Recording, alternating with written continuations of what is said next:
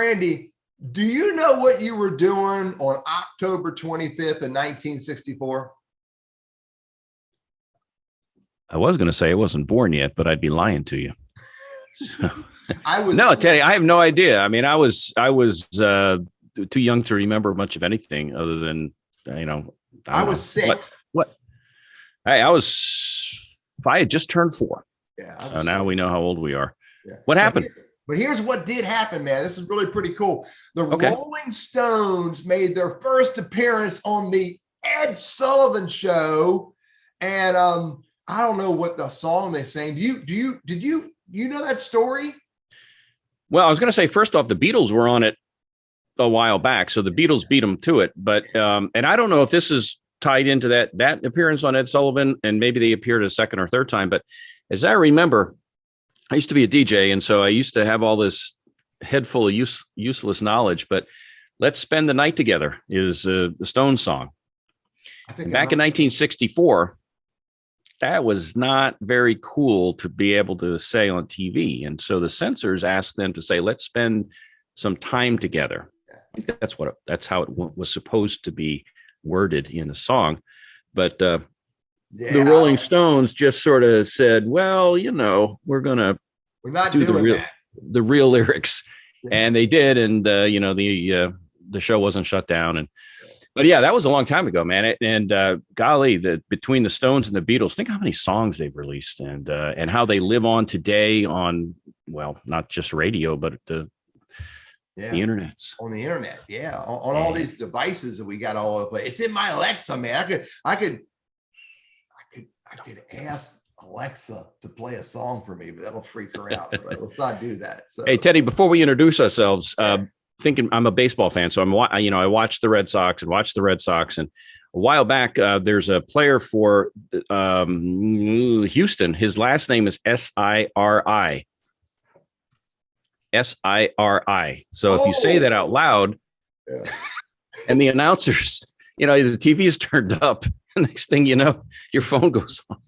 Just felt bad. Hey, Randy Wooden with Goodwill Industries, Northwest North Carolina, the grand poobah of our professional center. Now, I've been doing this for a long, long time. We're happy to help folks. Everything we do is free. So if you know somebody who or yourself might be a professional and in a job search, find me on LinkedIn. We work by appointment, and we're happy to help you get to where you want to go. Teddy, who are you?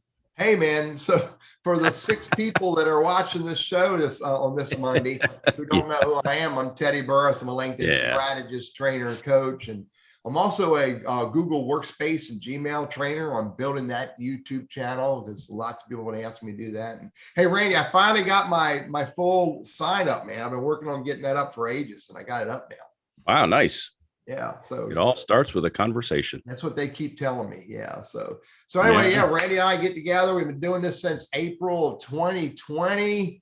And so this Monday show is just a quick little chat. Randy's got a story. I got a story. We'll talk about our show guest for this Wednesday, which will be the 27th. And then Randy, I'll have a tip and I have a tip. So Randy, what's your story, buddy? Surprised you didn't take notice of my shirt today, Teddy. I was going to ask you, did you get robbed? Did somebody steal all your other clothes?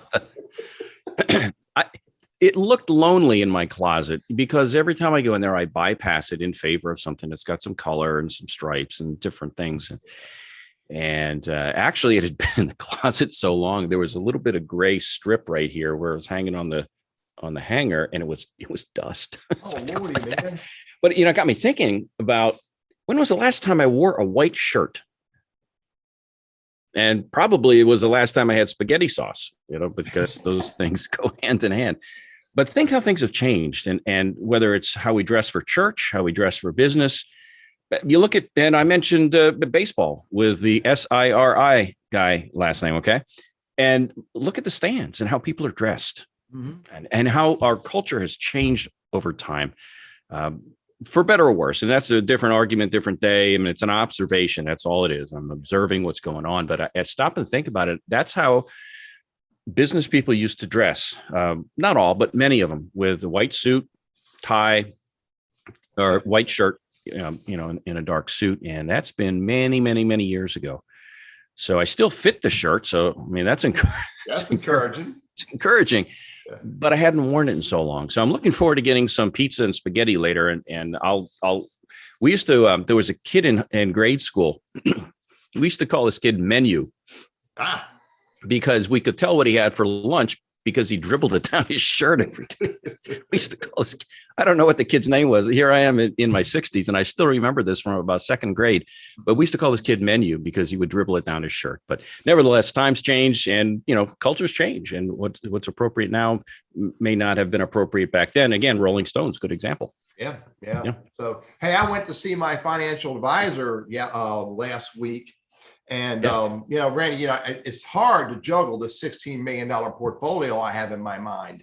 And so I went to meet with him, and he made that observation. We actually talked about it. I mean, this guy is very impeccably dressed, no tie. He says, I don't wear ties anymore. He says that it would have to be a really big experience for me to put a tie on. He says, and this guy works for one of the big brands. He says, no ties. And so I get that. So the only variation I have to no ties is last week, October 20th, a buddy of mine every year celebrates, cancer survivors and women cancer, breast survivors. And I bought a tie from him as a donation to, breast cancer awareness. And so I wore a tie that day. I took a picture of it. I might share it on social media for you guys to see it. So hey, let me tell you my story.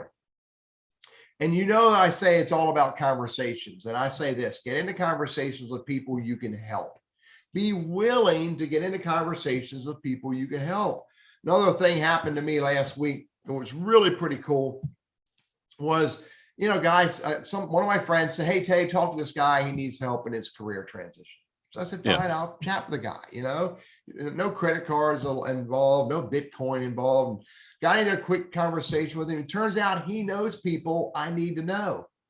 So I'm having a conversation with him to help him. And we touched base and bumped into these people in the conversation. And he said to me, hey, if you ever want to have a conversation with this guy who I need to know for my business, he said, I'll be happy to introduce you. You never know what's going to happen. Be willing to get into conversations with other people. Be willing to help them because they may be willing and also able to introduce you to people you need to know. That's my story, buddy. Hey, speaking of conversations, our guest coming up on Wednesday, the 27th, Dr. Will Lewis, and talking about having difficult conversations. He has devoted much of his professional life to the diversity, equity, inclusion space. And I've heard him speak several times. Great guy. And I think he's got a lot to share, a lot to offer, including 10 trends that he's seeing in the DEI space.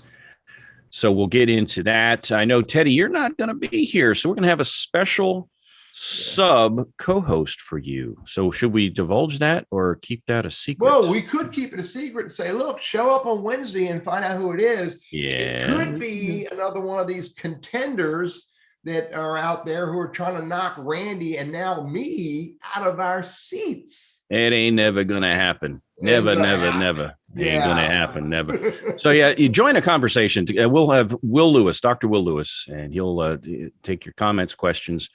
So that's a great topic. It's certainly timely. And I got to say, look, I mean, after the Floyd thing and all that, this was a big, hot and heavy topic. And just like a lot of stuff that is big over time, out of sight, out of mind, And so are companies really walking the talk today after over a year since that happened? And so we'll get his perspective because he's got his ear to the ground with this stuff. And again, Dr. Will Lewis. So that's the other thing too, Randy, is that these difficult conversations don't need to be about diversity. I mean, we run into difficult conversations all day long. So when you told me that Will, who I've known Dr. Will Lewis for years myself, when you told me he was coming to the show, I've already started putting together some questions I need help with because I have difficult conversations all the time with myself and with my wife. So maybe he can help me with that as well. He's got a book coming out too. So we'll talk about that as well. Hey, got a tip for you. As you know, I write a column in the Winston-Salem Journal and runs every other Sunday. And this past Sunday, the 24th, we talked about phone etiquette.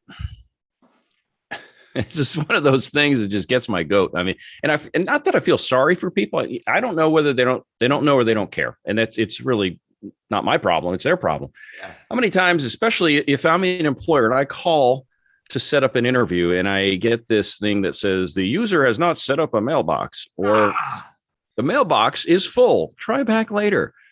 Or I get the automated thing. You have reached 336. I don't know whether because I'm not that smart, Teddy. I may have dialed the wrong number, or I shouldn't say dial. That's the old me. I keyed in the wrong number. You want me to get my phone out so you can dial it, Randy? Show me how it's done. Yeah. But I'm hesitant to leave much information with a phone number that could be incorrect. So, what if I said, "Hey, I'm with Goodwill. I'm responding to the resume you sent. I know you're in a job search. Please." Well, and if I say the name of the person, that.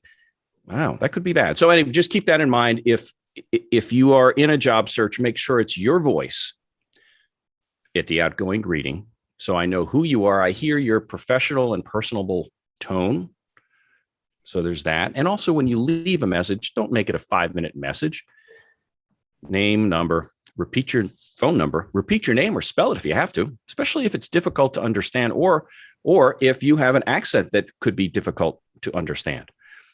And then briefly explain the nature of your call, but make sure you leave a message. How many times a lot of people, especially if it's on a cell phone, you call my cell number, and if your number is not in my phone, am I going to answer it? If I do, I'll yet buy another extended warranty for my car, because 9 times out of 10, those kind of calls are spammy. Yeah. So make sure you leave a message. And I'll tell you, if you don't leave a message and you keep calling, I'm going to get ticked. Yeah. If this is a person who wants me, leave a message, and I'll call you back if I want to. But if you don't leave a message, I'm not going to call you back. Why should I? So anyway, do what's right. Read the article, by the way, and that'll give you some more background. But pay attention to what you do on the phone. Yeah. Another phone etiquette thing that makes sense to do is to if you change jobs and you have your business phone number on your LinkedIn profile. And now you're no longer working for Acme Toilet Paper Company, and you're over here working for Acme Axe Company. By the way, those are real companies, Randy. And so I go to your LinkedIn profile, and I got some really cool information. I know it's going to be important to you. Somebody's told me that you need to talk to me. So I go to your LinkedIn profile, and I call the other number, and I get Acme Toilet Paper Company, and you're over at Acme Axe. I don't get you. Not only is that embarrassing to you, could be embarrassing to you. It also could be that this guy here sells the same thing that your new company sells. So now I'm going to talk to the new sale. It's screwed up. So make sure you update your LinkedIn profile so you have the right phone number on there. Yeah, the same with your company website on LinkedIn and all that. And Teddy, you're great about keeping up to speed with all that stuff. And I see it with my clients from time to time, especially a lot of the ones that are out of a job. They still have their old company info. So we try to get in there and say, hey, you need to fix that. Good advice. Good advice. So, hey, here's my tip for the day. Yep. My tip for the day is use the email address that you use for life in your career search. Here's what I mean. There's a lot of career coaches out there, and I do not subscribe to this philosophy that they are sharing. They say, create an email address just for job search. And I don't believe in that. I think it's the wrong thing to do. And I know why they say it, because you're going to put your email address on all these, job boards, and you're going to get overwhelmed with these emails that come in while you're looking for a job. And you don't quote unquote want all that in your personal email address. I'm like, no, look, if you email me with this part-time email address you use, and we create some kind of a dialogue, and you get a job, and then you delete that email address, I no longer have access to you if I want to get back in touch with you about something that might be meaningful and purposeful for you. Furthermore, if you know how to use email and you set up these job boards where all your email, you share your personal email address in these job boards, then you can manage filters and you could manage labels, and you could take all that email that comes in and drop it in a folder or drop it in a label so that it doesn't clutter up your emails you're getting from your bookie and your girlfriend and your boyfriend. So you can manage all of that. But most importantly, what I say is this: don't use an email address you're going to delete as you start engaging with people in job search, because later on, those people may be important to you. That's my tip, buddy. It could be. And Teddy, if you haven't done it, you need to do some videos on how to do that, because a lot of people need that advice. The only exception I would offer to what you said is if the original personal email is sexybaldoldguy@gmail.com. All right. Yeah. Maybe you want a different person. I may not want to use that necessarily for my job search. Anyway. All right, Teddy. Hey, I think we're done for the day, right? So we'll catch you on Wednesday, folks. Yep. Will Lewis will be there. You guys have a great day. All right. I'll see you later, buddy. Bye. Yep.